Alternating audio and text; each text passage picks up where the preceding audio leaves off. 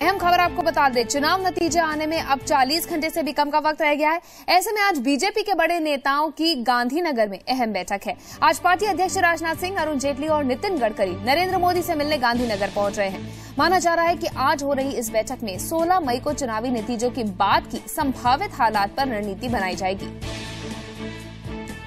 तो मुलाकातों का दौर लगातार जारी है। 2 दिन से मुलाकातों का दौर चल रहा है, लेकिन आज का दिन थोड़ा सा खास रहा है क्योंकि आज अरुण जेटली, गडकरी और राजनाथ सिंह ये तीनों गांधीनगर जाएंगे और इनकी मुलाकात होगी नरेंद्र मोदी से। माना जा रहा है कि कुछ अहम बड़े नेताओं के रोल पर चर्चा होगी, कुनबे को बढ़ाने पर चर्चा होगी, कुछ और अहम बातों पर चर्चा होगी, जिससे कि 16 मई को जब रिजल्ट आए उसके बाद किसी तरह की कोई देरी ना की जाए। उसके बाद की प्लानिंग अभी से कर लेना चाहती है बीजेपी। एडवांस प्लानिंग में इस वक्त जुटी हुई है। लगातार मुलाकातें हो रही हैं। सुबह से अगर हम बात करें, सुषमा स्वराज से पहले गडकरी मिलने गए, उसके बाद राजनाथ सिंह ने भी मुलाकात की। अलग अलग तमाम नेता एक दूसरे से मुलाकात कर रहे हैं। तो ये भी हम आपको बता दें कि अरुण जेटली जो हैं, उन्होंने भी मुलाकात करी है तमाम लोगों से। अब गांधीनगर के लिए तीनों रवाना होंगे और वहां पर नरेंद्र मोदी से इनकी अहम बैठक होनी है। उधर राजनाथ और गडकरी जब सुषमा से मिलने गए तो ये खबर उड़ी कि सुषमा कुछ नाराज हैं, लेकिन खुद सुषमा ने मतभेद की सभी खबरों का खंडन किया है। सुषमा ने कहा है कि ये सब मीडिया की देन है। दिल्ली से भोपाल निकलने से पहले पत्रकारों से बातचीत में सुषमा स्वराज ने कहा कि मुझे विजयी भव का आशीर्वाद दो।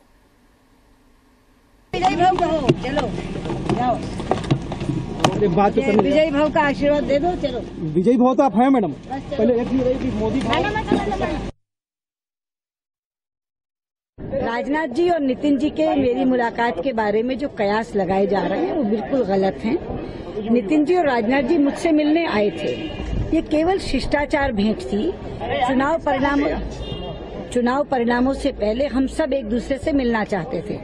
जब उन्हें ये पता चला कि मैं आज भोपाल जा रही हूँ और कल वहाँ नहीं होंगी, तो वो दोनों मिलने आ गए। 11 बजे नितिन जी आए, 11:15 बजे राजनाथ जी आए।